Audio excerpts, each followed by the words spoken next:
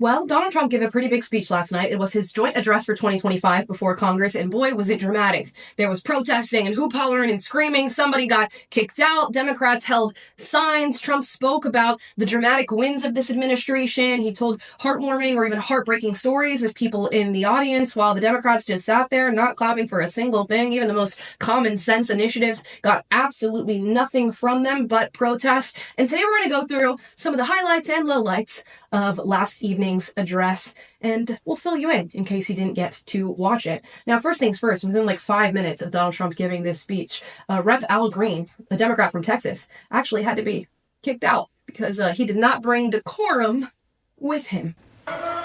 Members are directed to uphold and maintain decorum in the House and to cease any further disruptions. That's your warning.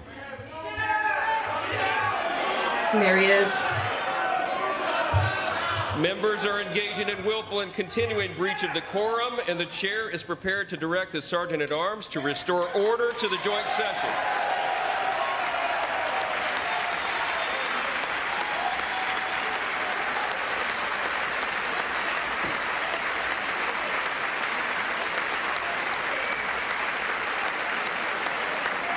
So here's where you can see the really big divide in the room. Of course, right here, you got your Democrats, and over here, you got the Republicans. We got people standing and clapping, and of course, we have those who aren't. And this is how this crowd remains for the entirety of this speech. And as I said, Al Green ends up getting kicked out of the room because he can't keep it close. He had to keep screaming and shouting at him, which we've just really lost all sense of decorum and class when it comes to politics. And I know many will attribute that to President Donald Trump himself. And, there could be some decorum and classes on his end as well, but it's just so outlandish for me to watch the way some of these people who've been chosen to represent us are doing that representing. And we need to get back to tact and decorum expeditiously. Now, as I said, the Democrats wanted to protest a lot of what Trump had to say last night. And they had a very interesting way of choosing to do that. Here are their little, their signs that they were going to hold all night. True and false signs, or actually I think these signs just exclusively say false in whatever message they want on the other end of them. So they would hold them up whenever they felt like Donald Trump was saying something that isn't true. Here's one that says Musk steals, another one that says save Medicaid. And this is what they did all night long throughout this address, even in moments where you would think Democrats should be able to agree with what he just said. They couldn't bring themselves to do it. And if that doesn't point out, where we're at right now, I don't know what does. We're going to go through another clip here. This next clip is about Joselyn, who's the 12-year-old whose life was taken by illegal migrants, and her life was brutally taken by illegal migrants. And since then, Joselyn has been a staple in this growing movement, and Joselyn's mom has been really outspoken in her respect and reverence for this current administration for trying to do something about this issue and trying to stop the infiltration of gangs into the United States through our southern border. Now, here's the clip of him addressing Joselyn in this issue of immigration. Texas, I promised that we would always remember your daughter, your magnificent daughter. And earlier tonight, I signed an order keeping my word to you.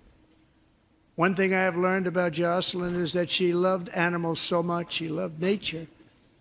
Across Galveston Bay, from where Joselyn lived in Houston, you will find a magnificent national wildlife refuge, a pristine, peaceful, 34,000-acre sanctuary for all of God's creatures on the edge of the Gulf of America. Alexis, moments ago, I formally renamed that refuge in loving memory of your beautiful daughter, Joselyn. So, Mr. Vice President, if you would, may I have the order?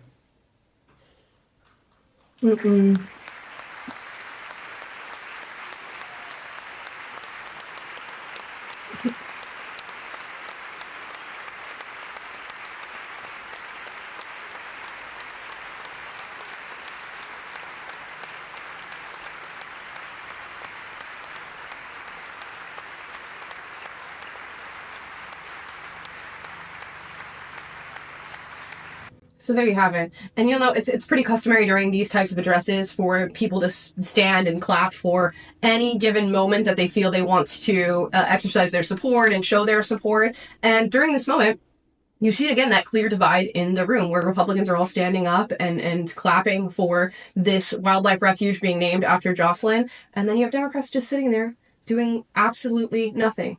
Now, if he said, I'm putting forward this anti-illegal immigration bill in the name of Joselyn Nungaray, maybe you're going to think, oh, as a Democrat, I'm going to sit there and I'm not going to clap for that because I don't agree with that piece of legislation. But he literally named a wildlife refuge after a 12-year-old girl who had her life taken by gang members, and you couldn't find it within yourself to clap for that because you don't like the fact that the message is coming from, you know, your orange man bad character and you have Trump derangement syndrome.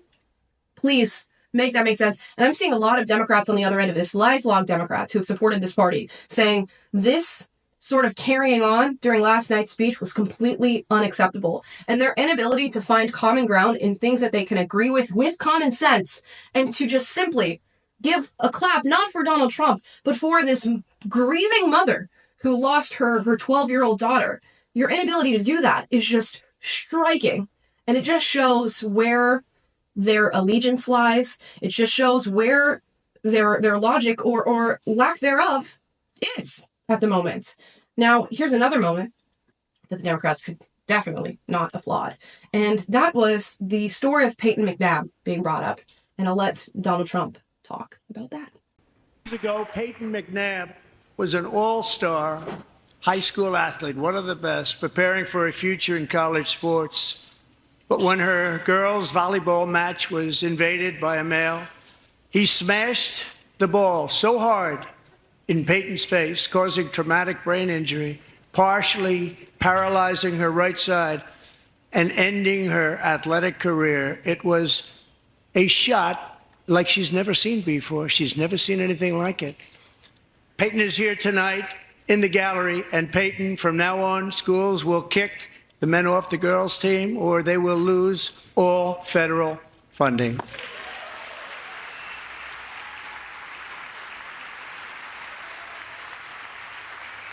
And again, for Payton McNabb, they did not clap. They could not clap, because to clap would be to acknowledge that boys and men should not be competing in women's sports. And of course, they don't want to concede that ground at any given moment. And they cannot bring it within themselves to simply applaud this young girl who had her athletic career snatched from her because we put somebody with a biological advantage on an opposing team who should not have been there in the first place. And it's interesting that on the left, we can truly acknowledge the power differential between men and women when we have more serious cases. When we're talking about things like rape, sexual assault, attacks, battery, anything of that nature, and a man is committing that act against a woman, we're talking about it. We're saying this is a sign of patriarchy. We're calling out men and saying how vicious and disgusting they are, and that's the narrative that we have.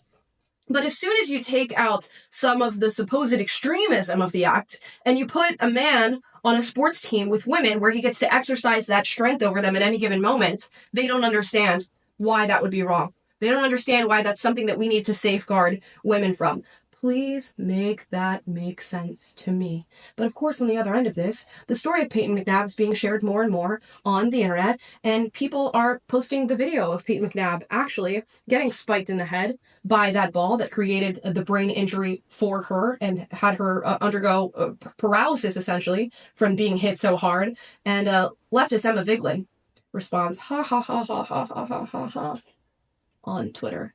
So yeah, it's a real dunk from the left on a young girl who was victimized in a situation that should have never taken place. But again, no claps from the Democrats, so add that to your list. Another one who can't get claps from the Democrats. And it's interesting, before we get into this next story, Donald Trump set them up for this moment and for people talking about this speech and this address in this way. At the beginning of his speech, he said, we're going to talk about, what this administration is accomplishing, how powerful we are, how strong we are, and the Democrats are not going to applaud. They're not going to cheer for anything. Even the most common sense initiatives, they're not going to be able to bring it within themselves to cheer because they don't like me and they don't like what's happening right now. And as a Democrat, you can listen to that and go, you know what? he's right. Maybe I should cheer. And maybe I should, clap for things that make sense to clap. Or you can go, yeah, absolutely not. I hate Donald Trump. Orange man bad. I'm going to sit here in my active protest with my cabal of people who are going to do the very same. And in our leadership, this is how we're going to choose to protest the evil orange man. He was warning y'all. He was warning y'all.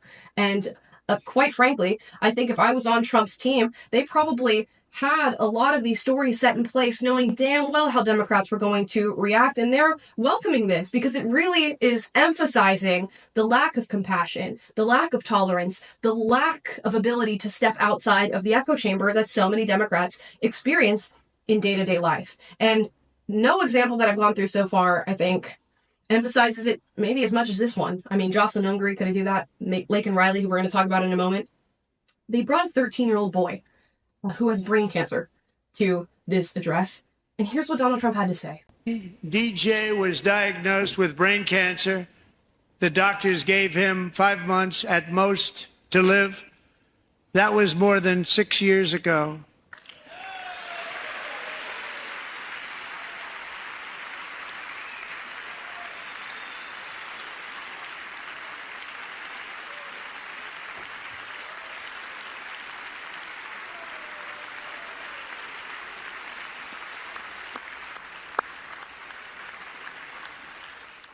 Since that time, DJ and his dad have been on a quest to make his dream come true, and DJ has been sworn in as an honorary law enforcement officer, actually a number of times. The police love him, the police departments love him. And tonight, DJ, we're going to do you the biggest honor of them all. I am asking our new Secret Service Director, Sean Curran, to officially make you an agent of the United States Secret Service.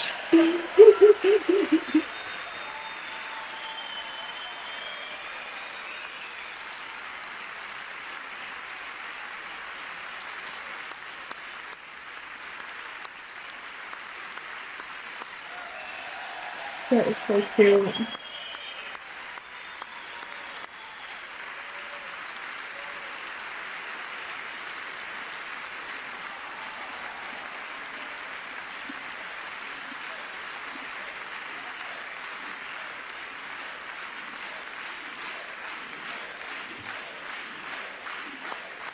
That is so sweet. And still, they couldn't clap for that. And I have to think about, like, where are the logical centers of your brain taking you that you can't applaud that? This young boy wants to be a member of Secret Service. Mind you, Secret Service protects every president that has ever existed. Doesn't matter your party. And he's been made an honorary member of the Secret Service. You can clap for that, a boy who struggled almost his entire life battling cancer, and that didn't bring anything within you. And is it maybe because they're hearing Donald Trump's voice and thinking, I cannot clap for anything this man does? Maybe they're hearing the words police officer, or they're seeing this boy dressed up in a police officer's uniform and thinking, I can't possibly clap for something that's associated with law enforcement. These people are delusional. And just for a moment, I want to play one more clip of DJ, just because he deserves it. He had his moments, and I hope that moment lives with him forever, and he's super proud of himself, and he's proud that he got to experience something like that. But here's him talking a little bit about his story. And you'd think, regardless of what political party you're a part of, you'd be able to think through, you know what, this boy deserves the whole entire room clapping for him in this moment that he gets to experience at 13 years old right now. But you wanna know the craziest part? Because my mom bathes me and my brothers all together. And out of nowhere, I locked up, and then my dad was calling my name, and I started going to the slow thing, and he said, "Stop playing with me." And I started to act, I ain't gonna lie, I started to act slow, and then as soon as he said that, we was speeding all the way, running lights, going to the hospital, and then next thing you know, I was seizing on the table. They said, "No, we gonna have to go in his brain tonight." Ever since then, I had 13 brain surgeries, and that's how many times my personality has changed, and that's something that you don't hear from a terminally ill child. They had 5 months to live. I'm gonna keep on going until my gas tanks run out. And that's when God calls you home. You never know when God's gonna call you home. I wouldn't be here if it wasn't for my dad. I know he's pretty proud of me, and I'm pretty proud of him too. And I'd like to thank President Trump, because if it wasn't for him, I wouldn't be here today. So, You guys can't bring anything yourselves to clap for that. And it's interesting because this 13-year-old boy has probably experienced more life and more trauma than any of the politicians in that room, but they can't think that through enough to applaud this moment, regardless of whether or not you agree with his stance on law enforcement or his stance on Donald Trump or how much of his success he attributes to Donald Trump. You can't find it in yourself to clap for a little child who's struggling through cancer because you don't want the political moment to exist that you've clapped for Donald Trump. I cannot get over it. You're going to just hear me say this over and over again. I'm so sorry. I cannot get over it. And this moment was covered on multiple news outlets after it happened. Let's watch a clip.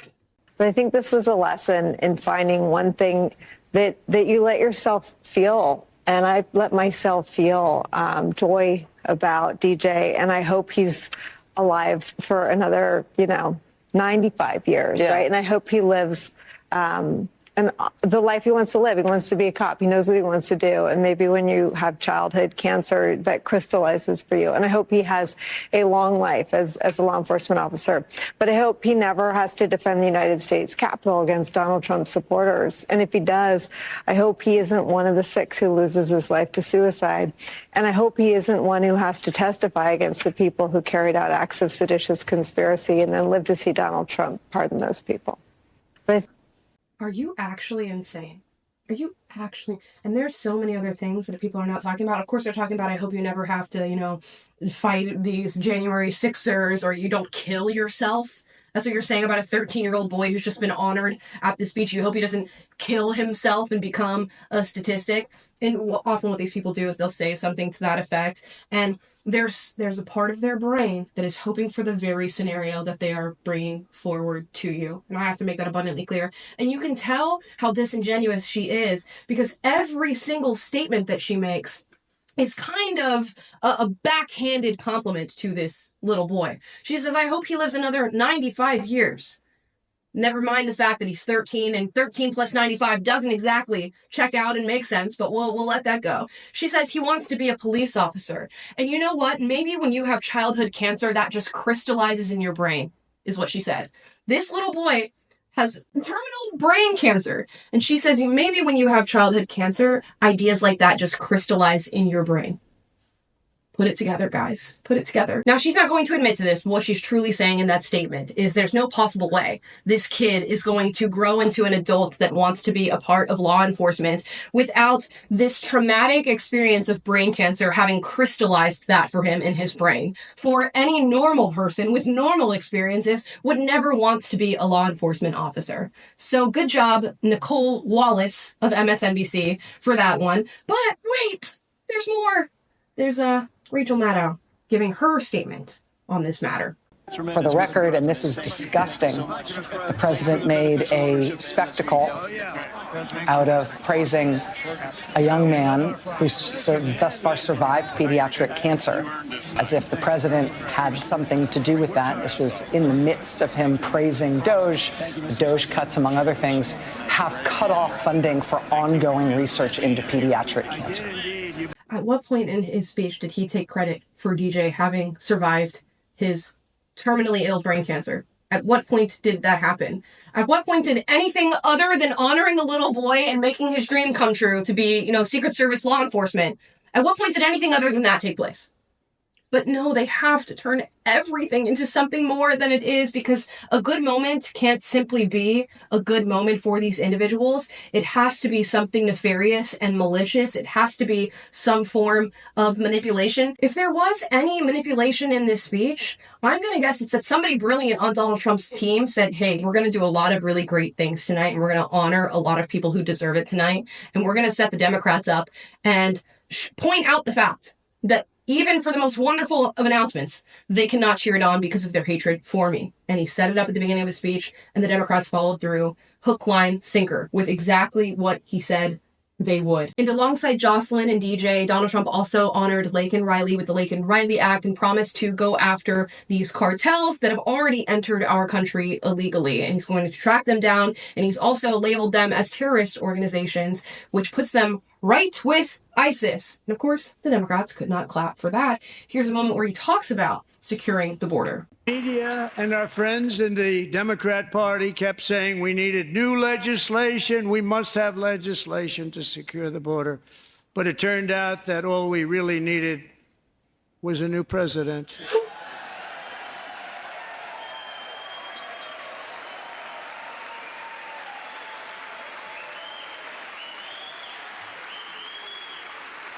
Just look at him, man. Wow.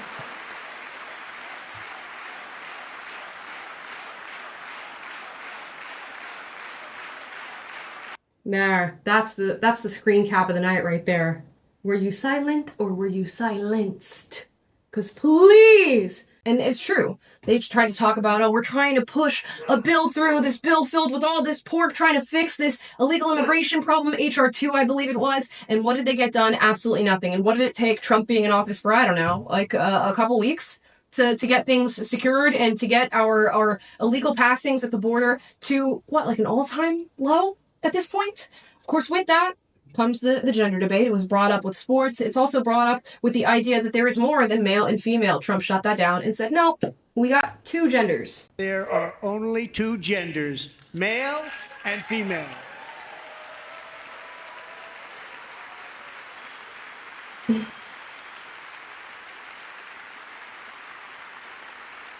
And there the Democrats are holding up their signs that say false, which is just like, I can't give you a better example as to why you guys lost this last election than your behavior last night. It truly puts emphasis on every single part of the Democratic Party that led to this loss, the inability to find middle ground, the complete fabrication of reality that you were trying to make everybody succumb to, this anger and vitriol for people that you disagree with politically, the absolute inability to celebrate bipartisan wins. And I mean, you will not do it by any means necessary.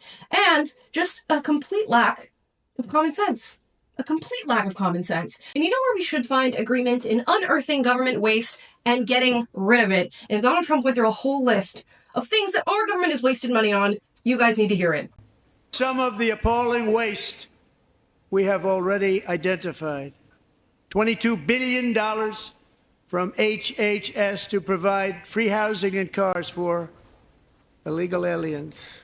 $45 million for diversity, equity, and inclusion scholarships in Burma. $40 million to improve the social and economic inclusion of sedentary migrants. Nobody knows what that is. $8 million to promote LGBTQI+ in the African nation of Lesotho, which nobody has ever heard of. $60 million for indigenous peoples and Afro-Colombian empowerment in Central America. $60 million. $8 million for making mice transgender. This is real. Guys, you laugh to keep from crying. This is your tax dollars being wasted by these individuals. And let's be honest, there's probably some fraud going on here as well. I can say I'm only speculating on that, but if we're funneling millions of dollars all over the place for turning mice transgender or for LGBTQIA plus this or for STI clinics in South Africa, you don't think people are skimming a little bit off the top of that? And how are these individuals going into our government broke and coming out up and rich with millions of dollars? You guys let me know. $32 million for a left-wing propaganda operation in Moldova. $10 million for male circumcision in Mozambique.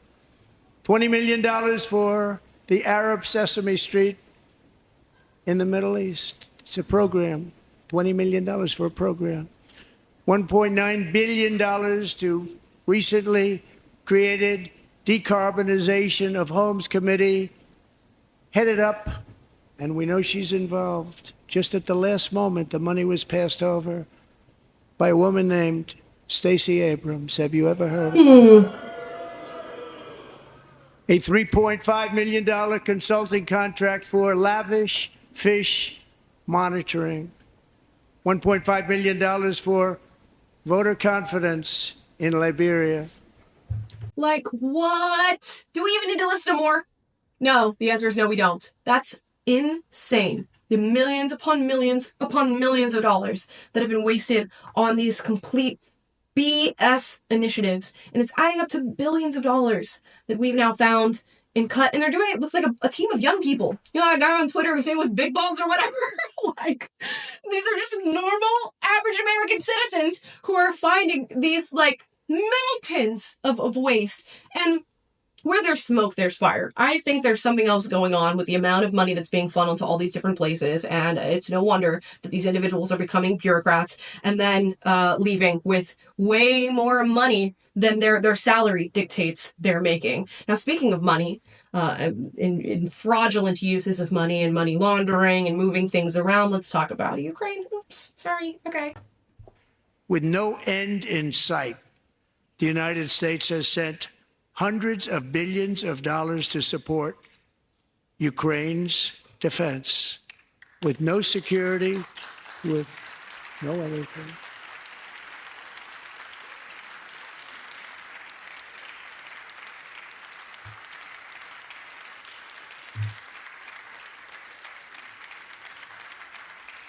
Do you want to keep it going for another 5 years?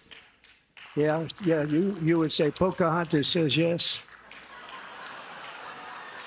And you're not going to see it in this clip, but when he says Pocahontas says yes, they literally cut to Elizabeth Warren, and she is sitting there clapping like a seal, smiling ear to ear about the prospect of another 5 years of sending billions, hundreds of billions of dollars to Ukraine. And she might think that's some big gotcha moment. He called me out. He called me Pocahontas. He's the oppressor. He's coming after me. But what you are clapping for in that moment is another 5 years of death and destruction. With the Ukrainians, with the Russians, it's unbelievable that you could sit there and because you are so blinded by Trump derangement syndrome, you can't see through to what you should and should not be cheering on. But she's saying, yes, if this war goes on another 5 years, I would love for us to funnel billions upon billions, hundreds of billions of dollars over to the Ukrainians. For what? So that this can continue. So death and destruction can continue. But it's not going to continue, I don't think. Zelensky is already talking after getting his ass smacked in the Oval Office by Donald Trump and J.D. Vance about peace talks and about coming forward to create some sort of resolution with Russia and to have Donald Trump be a part of those talks, considering that without U.S. funding, this war would have been over expeditiously. And that's not to speak to the character of anybody involved or to, endorse a certain individual. It's just to say that's the fact. So the fact that Democrats can't even cheer on the fact that world leaders are coming forward to say this war must end and we must move to resolution and to peace. What more do you need? The list just gets longer and longer and longer. And those were my highlights and lowlights. Of course, there were so many other moments in this speech. It was over 90 minutes long, so you guys can go check it out if you want to watch all of it. Those were the most important parts for me. But the approval of this speech was pretty high. Here you have it of CBS, a poll.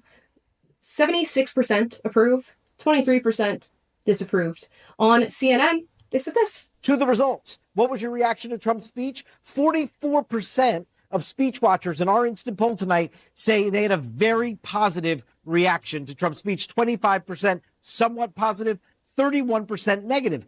To the results. So there you go. It's about 69% either somewhat positive or positive in regard to Donald Trump and what he had to say and what this administration is accomplishing so far. I would have loved to hear more about, if I'm going to give criticisms of this speech, number one, the Epstein files, because maybe what's going on there, okay? They told us we were going to get the Epstein files. They give a bunch of, right-wing, hosts and influencers these binders that have the information that we've already had as the American public in regard to Epstein. And now Pam Bondi says as of Friday, she's going to release another batch of Epstein files that are actually going to have things that sort of move the dial and change the way we look at this case. I hope that's true. And we've got, 2 days for that to happen and see if she follows through on that. But if not, I would have loved to hear that addressed, considering it's arguably one of the biggest issues as Americans that we are unearthing right now, which is like extortion and blackmail on a mass scale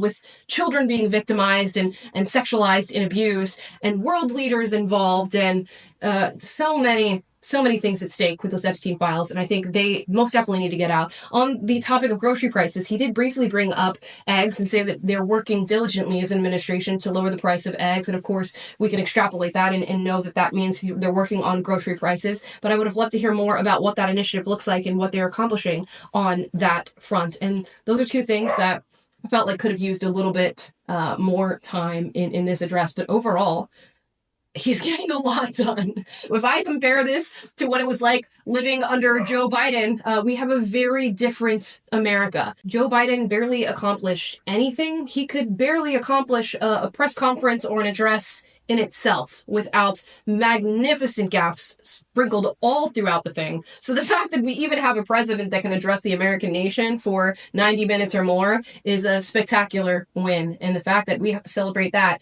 should tell you everything you need to know. But packed in that speech was a lot of movement in the right direction, no pun intended. And we're going to, I think, continue to chip away at the mistakes that have set this country on a failing trajectory. And that's going to be the majority of the work of the Trump administration. I think he's going to have a tremendous run. There are a few things that I'm looking out for with this administration. Of course, as I said, the Epstein files, the things with grocery, our relationship with Israel. There's a lot to be unearthed under this current administration, and I hope he actually does his due diligence and starts to move in the right direction on those issues as well.